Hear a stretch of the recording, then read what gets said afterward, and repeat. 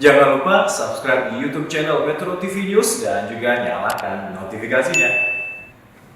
Seperti tahun-tahun sebelumnya, kenaikan harga bahan pangan, utamanya daging sapi, kembali terjadi. Kurangnya pasokan daging dalam negeri diduga menjadi penyebab langkanya daging sapi di pasaran. Lalu bagaimana Badan Pangan Nasional mengatasi hal ini? Berikut kami jabarkan lebih dulu sejumlah data temuan yang kami himpun dari berbagai sumber. Kita lihat yang pertama, grafik yang akan kami tampilkan berikut ini pemirsa terkait dengan kenaikan harga daging menjelang Hari Raya Idul Fitri tahun ini. Daging khas ini atau khas dalam bagian paha belakang harga rata-ratanya ini mencapai Rp143.222 per kilogramnya. Kalau kita lihat dari harga tertinggi dan harga terendahnya, harga tertingginya ini bahkan mencapai di atas Rp170.000, tepatnya Rp175.000 per kilogram. Sementara untuk harga terendah masih di angka sekitar Rp120.000 per kilogramnya. Bagaimana dengan daging semur? Untuk daging semur, kita akan lihat di grafik berikutnya. Ini harga rata-ratanya mencapai Rp138.000 atau maksud kami Rp138.152 per kilogram. Dan kalau kita lihat lagi di harga tertingginya, ini sedikit lebih murah dibandingkan daging khas dalam tadi, yaitu di angka Rp160.000 per kilogram. Dan harga terendahnya Rp125.000 per kilogram. Untuk harga tertinggi bisa mencapai Rp150.000 atau Rp160.000 per kilogramnya. Bagaimana dengan daging kambing? Kita akan melihat harga rata-rata untuk daging kambing mencapai Rp136.724 per kilogramnya. Sementara untuk harga tertinggi Rp160.000 per kilogram dan harga terendahnya Rp120.000 per kilogram. Nah, seperti apa sebenarnya faktor-faktor yang menyebabkan bahwa harga daging-daging ini naik atau meroket menjelang Lebaran tahun ini? Yaitu yang pertama adalah ketergantungan 40% impor daging sapi dari Australia. Ya betul, kita masih mengimpor daging sapi dari Australia. Dan tentunya ada kenaikan harga daging sapi di Australia dari $2,6 menjadi $4,2 AS per kilogram. Lalu juga ada dampak perang Rusia-Ukraina. Kita tahu salah satu dampak dari perang Rusia-Ukraina adalah harga gandum yang juga naik. Dan tentunya harga pakan ternak mengikuti harga gandum naik juga. Sehingga itu juga menjadi penyebab harga daging naik menjelang Hari Raya Idul Fitri. Upaya pemenuhan kebutuhan daging sapi nasional sebenarnya seperti apa? Cara-cara yang dilakukan oleh pemerintah, strateginya seperti apa? Yang pertama, kita lihat pemerintah juga sudah mengimpor 36.000 ton daging kerbau dari India sebagai alternatif dari daging sapi. Dan juga strategi pemerintah lainnya adalah pelibatan Bulog dalam distribusi daging ke seluruh wilayah Indonesia. Mobilisasi sentra produksi ternak juga harus dilakukan agar harga daging sapi bisa terus ditekan. Nah, pemirsa, untuk membahas kenaikan harga daging dan sejumlah komoditas pangan lainnya, kita juga telah terhubung dengan Arief Prasetyo Adi, Kepala Badan Pangan Nasional atau NFA, National Food Agency, melalui sambungan Zoom. Selamat pagi, Mas Arief, salam sehat.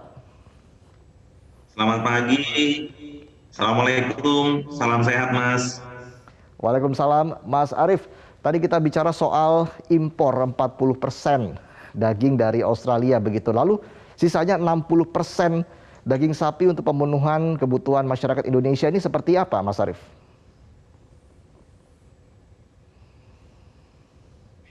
Terima kasih, izin sedikit menjelaskan mengenai daging ruminansia. Daging ruminansia ini kebutuhan setahun kurang lebih 706.000 ton. Jadi kalau kita rata-rata sebulan kebutuhannya sekitar 58.000 ton. Kemudian daging ruminansia ini memang ada beberapa jenis yang kita impor seperti yang disebutkan. Nah, yang pertama konsumsi kita itu memang dari sapi hidup. Jadi kalau teman-teman kita menyampaikan ini namanya hot meat, jadi fresh meat. Malam dini hari disiapkan untuk dipotong, kemudian pagi-pagi diperdagangkan di pasar.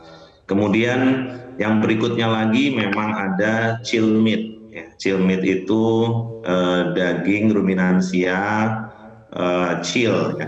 Yang satu lagi adalah frozen meat, daging frozen.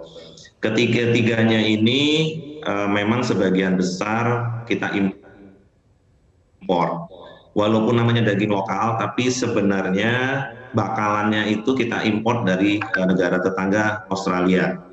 Kemudian seperti disebutkan tadi bahwa harga per kilonya timbang hidup sapi hidup di Indonesia ini sebelumnya memang di bawah 50.000. Tapi hari ini rata sudah di atas 51.000, bahkan ada satu daerah yang sudah sampai ke 57.000. Demikian Baik, update-nya. bahkan juga ada yang memprediksi bahwa harga daging bisa mencapai Rp200.000 per kilogramnya ini pada saat Lebaran. Ini antisipasinya seperti apa ini, Mas Arief? Jadi kita bisa usahakan adalah kita berikan alternatif pilihan kepada masyarakat ingin mengkonsumsi daging yang mana. Itu yang paling penting hari ini. Jadi ketersediaan kami sudah hitung bersama-sama dengan teman-teman kementerian, lembaga terkait, asosiasi, kebutuhannya, ketersediaannya kita cukup. Nah, tetapi untuk bicara daging dengan harga 100.000 sampai 110.000 itu hari ini memang agak sulit dicapai. Harus disampaikan juga kepada masyarakat bahwa ketergantungan impor kita sapi bakalan dari negara Australia yang sebelumnya harganya mulai dari $2,6 secara bertahap naik $3,5 $3,6, hari ini sudah di atas $4,2 timbang hidupnya, sehingga kalau dikonversikan memang karkasnya sudah nggak ada lagi yang 100.000, karkasnya ini bisa mencapai 120.000. Nah, dengan demikian harga dagingnya antara 130 sampai dengan 140.000. Terakhir dengan Bapak Menteri Perdagangan kita cek di beberapa tempat, tadi disebutkan bahwa daging paha depan dan paha belakang itu memang rata 130 sampai 140.000. Nah, yang bisa kita kerjakan adalah kita mempercepat kedatangan vessel atau import daging kerbau dari India. Nah, daging India ini masuk sampai dengan Maret kemarin 20.000 ton. Kemudian seminggu pertama terakhir ini sudah 1.700. Nah, target kita sekitar 10.000 ton sampai dengan jelang Idul Fitri. Nah, daging kerbau ini diharapkan kita bisa berikan kepada masyarakat alternatif dengan harga di bawah 80.000 per kilonya. Jadi beberapa kegiatan yang kita lakukan selain mempercepat kedatangan daging kerbau frozen, yang satu lagi adalah memobilisasi stok atau sapi hidup dari beberapa sentra produksi. Baik, Mas Arief, dengan datangnya sejumlah daging kerbau dari India tadi, sebenarnya seperti apa respon dari pedagang, lalu juga kelompok masyarakat responnya seperti apa terhadap kebijakan ini? Daging kerbau ini sebenarnya di beberapa daerah seperti Sumatera Barat, kemudian beberapa di Jawa Barat, memang dipakai untuk masakan seperti rendang. Jadi masyarakat kita juga sudah terbiasa mengkonsumsi daging kerbau sebenarnya. Nah, kalau dalam kondisi hari ini, sekali lagi kita berikan masyarakat alternatif, ada daging yang memang fresh, ada chill, kemudian ada frozen meat. Nah, frozen meat ini salah satunya adalah daging kerbau. Jadi masyarakat kita pun juga sudah terbiasa, Mas, untuk mengkonsumsi daging kerbau. Tahun lalu konsumsi daging kerbau kita sekitar 80.000 ton diimport oleh BUMN kita Bulog. Tahun ini kita rencanakan 100.000 ton, memang kita datangkan secara bertahap dan kuota ini sampai dengan akhir tahun. Untuk Rekomtek, rekomendasi teknis dari teman-teman kita di Kesmafed, di Kementerian Pertanian sudah dikeluarkan, izin impor juga sudah dikeluarkan oleh Menteri Perdagangan. Jadi tinggal mengatur ETA kedatangan dari kerbau ini.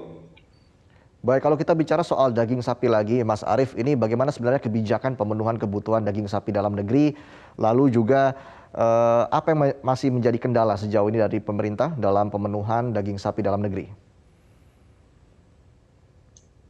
Jadi daging sapi untuk produksi memang kewenangannya ada di Kementerian Pertanian. Jadi Kementerian Pertanian wilayahnya adalah di produksi. Kemudian Badan Pangan Nasional ini di tengah, jadi berbicara mengenai ketersediaan, kemudian mengenai stabilisasi, juga ada kerawanan pangan dan gizi, yang terakhir adalah penganekaragaman konsumsi. Sehingga untuk produksi sebenarnya teman-teman di Kementan juga memiliki program. Mungkin nanti lebih jelasnya dengan teman-teman di Direktorat Jenderal PKH, Peternakan dan Kesehatan Hewan di Kementerian Pertanian. Yang saya tahu seperti inseminasi buatan, kemudian beberapa percepatan juga dilakukan, termasuk beberapa daerah yang kita kunjungi itu memang sentra ternak binaan dari Kementerian Pertanian. Jadi dalam ketersediaan ini tugas Badan Pangan Nasional yang pertama adalah melakukan kegiatan kalkulasi neraca pangan. Jadi neraca pangan ini yang kita jaga, kebutuhan selama 1 tahun kita breakdown per bulan itu berapa. Kemudian berikutnya lagi ketersediaan ini nomor 1 kita dahulukan adalah stok dari lokal. Jadi stok lokal ini berapapun itu akan kita kalkulasi, kita proyeksikan sampai dengan 3 bulan ke depan. Karena kalau kita import sapi bakalan atau sapi hidup itu perlu penggemukan 3 sampai dengan 4 bulan. Nah, berat rata-rata setiap harinya itu harusnya bisa di atas 1 sampai 1,3 kilo kenaikannya. Sehingga pada saat nanti waktunya siap untuk dipotong, beratnya biasanya sudah di atas 500 kilo per ekor. Nah, sapi-sapi bakalan ini yang kita distribusikan ke beberapa daerah begitu. Selain ada juga sapi-sapi lokal. Nah, kegiatan lain juga yang di Kementerian Pertanian itu biasanya memang ada breeding, kemudian di di ternak dibiakan dengan yang lain, jenis yang lain gitu ya, dengan sapi-sapi yang ada di Indonesia. Demikian. Baik, semoga neraca perdagangan tetap stabil untuk ketahanan pangan kita selama 1 tahun ini, khususnya menjelang Hari Raya Idul Fitri ini. Terima kasih Mas Arief Prasetyo Adi, Kepala Badan Pangan Nasional, atas penjelasannya kepada kami di Metro Pagi Prime Time. Terima kasih.